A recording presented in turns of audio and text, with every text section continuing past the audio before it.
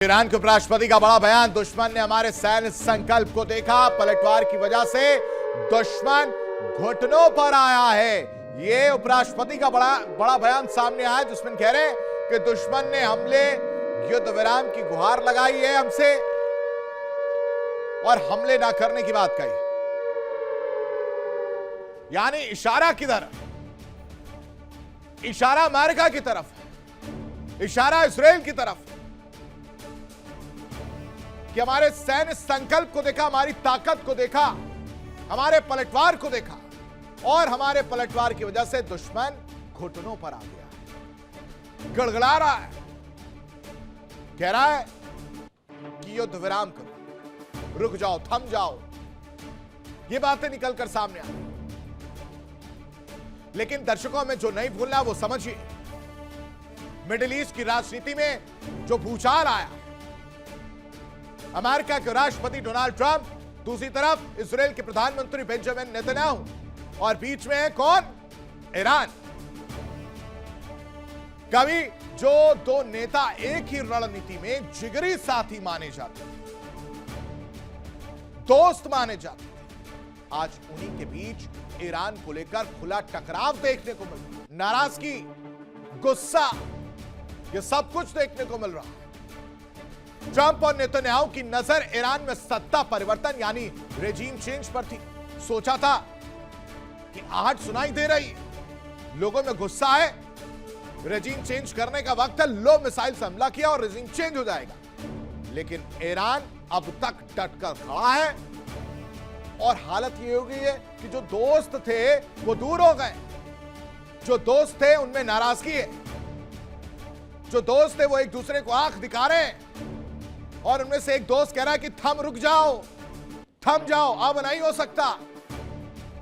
अरे बीच का रास्ता निकालने दो मिस्टर नेतन्याहू। लेकिन नेतन्याहू तो नेतन्याहू, वो कह रहे हैं मिस्टर प्रेसिडेंट, आत्मरक्षा के लिए तो हम हमला करेंगे। इसी दांव के जरिए तेहरान में बड़ा उलटफेर करने की तैयारी चल रही थी, सत्ता परिवर्तन की तैयारी चल रही थी। लेकिन ईरान ने इस पूरी चाल को मानो 2 मिनट में पलट दिया। 2 मिनट की जगह आप समझिए कि 3 से 4 महीने के अंदर पूरा गेम पलट कर रखा। ना सिर्फ सैन्य मोर्चे पर दर्शकों जवाब दिया गया, बल्कि कूटनीतिक मोर्चे पर भी ऐसी चाल चली कि वॉशिंगटन और यरूशलेम के बीच ही खटपट शुरू हो गई। तख्ता पलट की तैयारी से खटपट की कहानी तक सिर्फ एक पिक्चर देखने को मिलती है, वो है कि ईरान जस का तस खड़ा हुआ है, ईरान के पास खोने के लिए कुछ नहीं है और हालत ऐसी करती है दो दोस्तों की जिन्होंने बड़े बड़े सपने देखे, उनके सपनों को चकनाचूर करके आपस में भिड़ाकर अलग अलग कर दिया। एक समय पर एक सुर में बोलने वाले ट्रंप और नेतन्याहू ईरान नीति पर अलग अलग रास्तों पर खड़े नजर आ रहे हैं। ट्रंप जहां तनाव कम कर रहे हैं और डिप्लोमेसी की बात कर रहे हैं, वहीं नेतन्याहू अब भी सख्त रुख और दबाव की रणनीति पर अड़े हुए स्टैंड। और इसी बीच ईरान ने साफ कर दिया है कि वो किसी भी बाहरी हस्तक्षेप या सत्ता परिवर्तन की कोशिश को एक्सेप्ट नहीं करेगा, स्वीकार नहीं करेगा। यानी कुल मिलाकर लबोलबाब यही है कि खेल बड़ा है, गेम बड़ा है, सपने बड़े हैं और बड़े हैं दांव, बहुत ऊंचे ऊंचे दांव हैं। और मिडिल ईस्ट एक बार फिर बड़े भू राजनीतिक टकराव के मुहाने पर खड़ा दिखाई दे रहा है, क्योंकि तख्ता पलट वाली कहानी नाकाम हो गई है। ईरान में तख्ता पलट की प्लानिंग पूरी तरह से फेल होती हुई नजर आई। यही तो सपना था। ट्रंप नेतन्याहू पर उनका अपना ही गेम उल्टा पड़ गया है। गठजोड़ पर सवाल हो रहे हैं, चेतावनियां दी जा रही हैं और कादर के ईरान ने ही इन दोनों के सुर बिगाड़ दिए। ईरान ने इन दोनों को अलग कर दिया, इन दोनों के समीकरण बदल गए, क्योंकि जिगरी दोस्त अब जानी दुश्मन के तौर पर नजर आने लगे हैं। किसने किया यह काम? ईरान संकट ने दोस्ती में दरार बढ़ा दी। ईरान की चाल से वॉशिंगटन और तेल अवीव का गणित बिगड़ गया है। ईरान ने दिखाया कि आखिर ताकत का पलटवार क्या होता है। और सवाल उठ रहा है कि क्या ईरान की राजनीति में ट्रंप और नेतन्याहू उलझ गए? समझ ही नहीं आ रहा है। क्या है कहानी, इस रिपोर्ट में समझिए।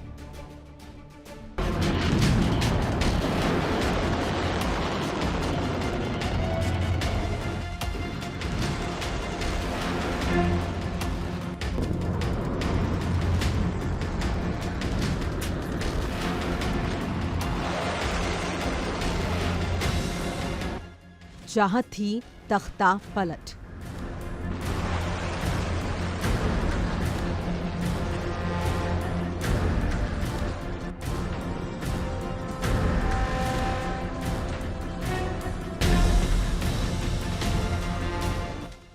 हो गई खटपट।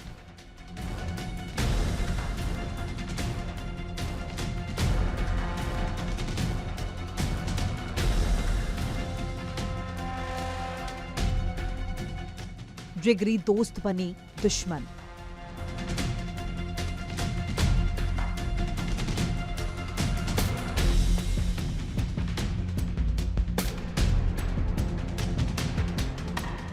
मिडिल ईस्ट की राजनीति एक बार फिर से उबाल पर है और इस बार कहानी सिर्फ मिसाइल्स या धमाकों की नहीं, बल्कि कूटनीति, भरोसे और पर्दे के पीछे चल रही रणनीति की है।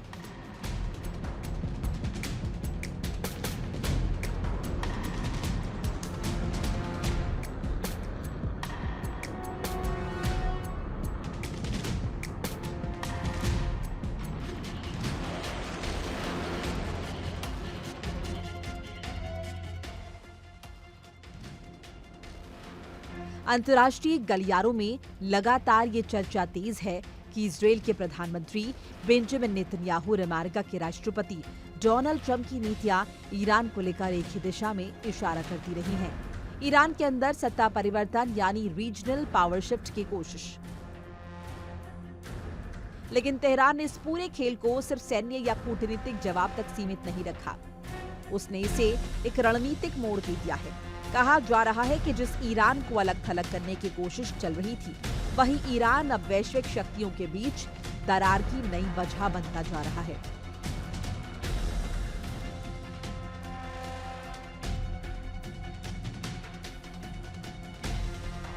और इसी कड़ी में दोस्ताना समझ भी सवालों के घेरे में आ गई है, जिसे कभी ट्रंप और नेतन्याहू की साझा रणनीति की ताकत माना जाता था। आज तस्वीर यह है कि एक तरफ पश्चिमी खेमे में ईरान को लेकर सख्त रुख है, तो वहीं दूसरी तरफ उसी सख्ती की वजह से सहयोगी देशों के बीच मतभेद गहराते दिख रहे हैं। राजनीतिक विश्लेषक मानते हैं कि ईरान ने दबाव को सिर्फ झेला नहीं, बल्कि उसे एक डिप्लोमेटिक हथियार की तरह इस्तेमाल किया, जहां प्रतिबंध, धमकियां और सैन्य संदेश किसी भी एकतरफा नतीजे तक नहीं पहुंच पाए। नतीजा ये है कि जिस तख्ता पलट की रणनीति की चर्चा लंबे समय से पर्दे के पीछे चल रही थी, वो खुली बहस में बदल चुकी है और उसी बहस ने अमेरिका इजरायल नीति के अंदर नई खटपट की आहट पैदा कर दी है। तेहरान से लेकर वॉशिंगटन और टेल अवीव तक हर राजधानी में अब एक ही सवाल गूंज रहा है, क्या ईरान को दबाने की रणनीति उल्टी पड़ रही है और क्या यही टकराव अब नए वैश्विक समीकरणों की नींव रखेगा। फिलहाल मिडिल ईस्ट की सियासी जंग में कोई भी मोर्चा पूरी तरह साफ नहीं दिख रहा, लेकिन इतना तय है कि ईरान अब सिर्फ एक देश नहीं बल्कि एक ऐसा केंद्र बन चुका है जहां से पूरी वैश्विक राजनीति की दिशा प्रभावित हो रही है। सबसे बड़ा सवाल है कि जब लक्ष्य एक जैसा है, ईरान पर दबाव या बदलाव, तो फिर रणनीति में इतनी दूरी क्यों? क्या ये सिर्फ एक राजनीतिक शैली का फर्क है या फिर वैश्विक सत्ता संतुलन में बदलते समीकरणों की वो झलक, जहां पुराने सहयोगी अब एक दूसरे की सीमाएं तय करने लगे हैं? फिलहाल तस्वीर साफ नहीं है, लेकिन इतना तय है कि ईरान को लेकर जो समीकरण कभी स्थिर दिखता था, वो अब समंदर के अंदर दरक रहा है और इसकी गूंज वॉशिंगटन से टेल अवीव तक साफ सुनी जा सकती है। Bureau report, India TV.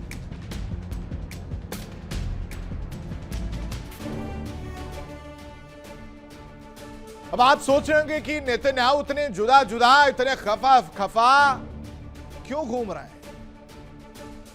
इनका मकसद तो एक ही था, साथ ही आए थे, हमला किया। इसका जवाब मैं आपको दूंगा। बेंजामिन नेतन्याहू युद्ध चाहते हैं और अमेरिका रोकना चाह रहा है। हालांकि अब पूरी सफलता नहीं मिली है अब तक, और ईरान पर हालिया हमले ने मिडिल ईस्ट के सिनेरियो को, सिचुएशन को, पिक्चर को पूरी तरह से चेंज किया। देखिए इंडिया डेली 24/7 अब आपके स्मार्ट टीवी पर। इंडिया डेली मौजूद है सभी डिजिटल प्लेटफॉर्म पर लाइव और लगातार। इंडिया डेली 24/7 हर दिन राष्ट्र को समर्पित।